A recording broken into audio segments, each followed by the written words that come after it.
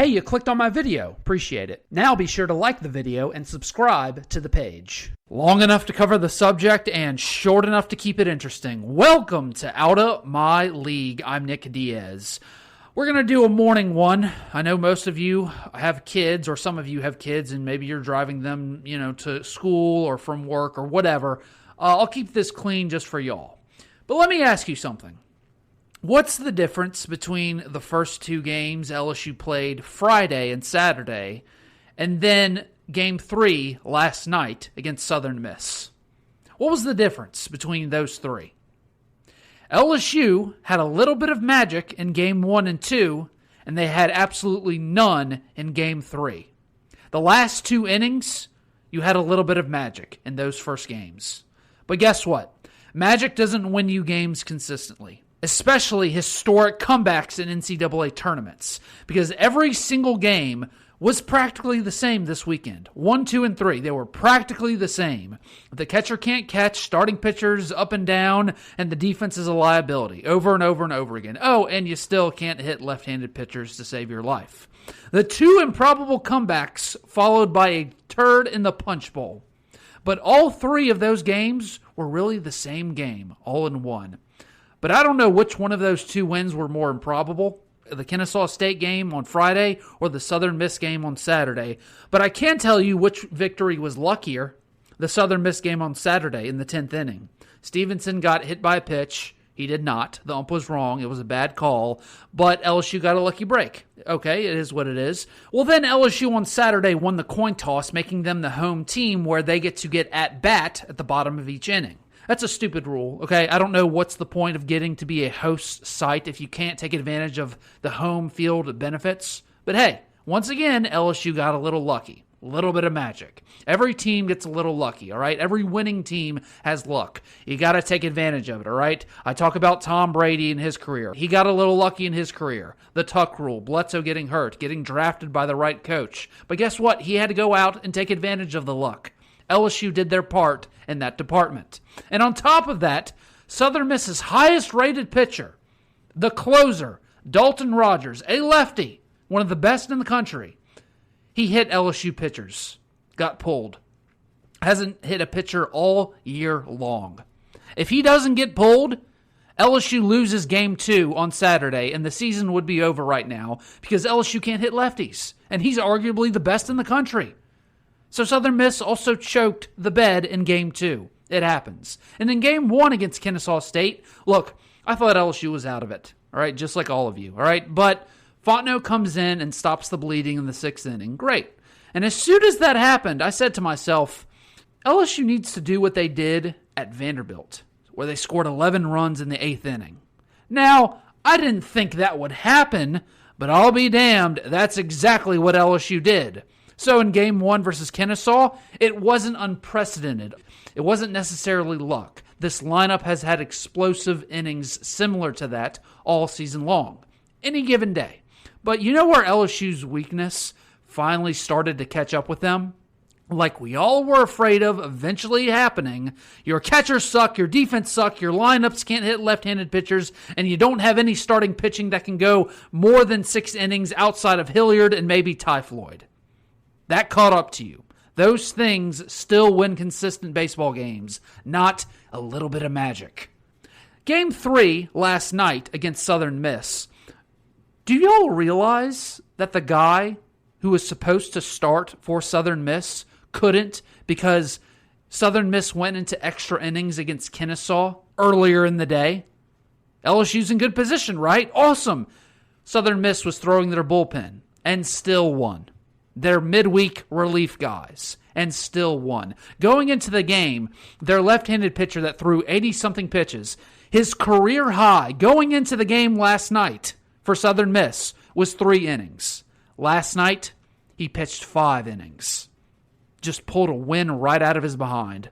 Jay Johnson was so disappointed, saying last night, we were swinging at too many balls. Yeah, you think? Just a totally undisciplined way of hitting last night.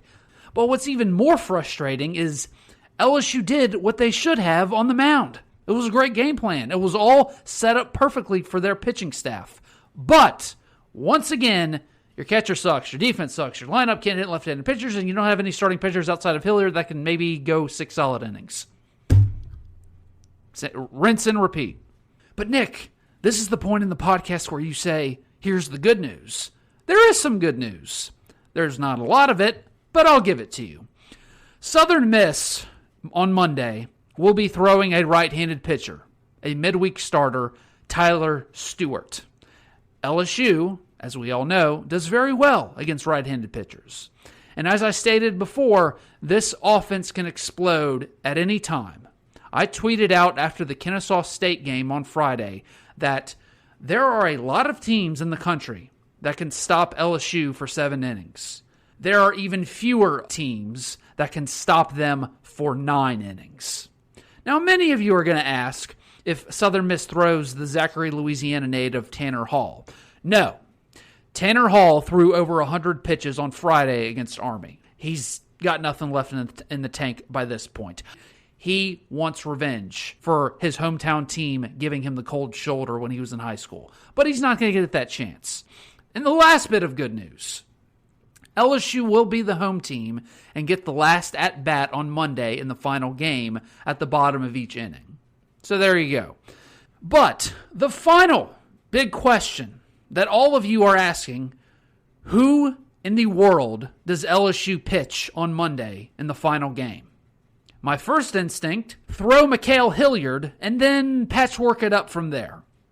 I don't know. Look, I had changed my mind at the last second on Friday, saying throw Hilliard on Saturday instead of Friday. Save him from Southern Miss. But this is why you pay Coach Jay Johnson the big bucks, and I'm stuck here doing a podcast called Out of My League. Hilliard threw only 54 pitches on Friday. Jay Johnson pulled him just in case they needed him for Monday in a winner-go-home situation. He was right. He sees the chess pieces just in case things go awry. Hilliard did this last year, by the way, in Eugene, Oregon, in the regional, for those of you that remember. He was on a 2-day or 3-day rest and threw a total of 120 pitches in a 4-day period. So he's done this before, did it last year in a very similar situation, and he's going to have to do it again. The good news is for him is that Hilliard threw a lot of off-speed pitches, so his arm's not necessarily tired. You don't see too many fastballs in his arsenal. And he only had 50 pitches on Friday. He'll give you 50 plus more on Monday against Southern Miss. What if he throws his arm out in a win and LSU goes to a super regional? Doesn't matter. Doesn't matter. This is a one-game season. You can't think like that anymore. Mikhail Hilliard's career at LSU is probably going to be over. And he doesn't have a bright future outside of LSU. Mikhail, you throw knuckleballs till your fingers bleed if you have to. This is it. It's time to go all out. This is it. So don't think to the future up to this point. So, for the rest of the guys, because he can't throw the entire game, I made a list of LSU pitchers who can throw after that. Who would be available, realistically, based on their pitch count this weekend? Blake Money, Bryce Collins, Grant Taylor, Eric Reiselman, Jacob Hasty, and of course, Mikhail Hilliard.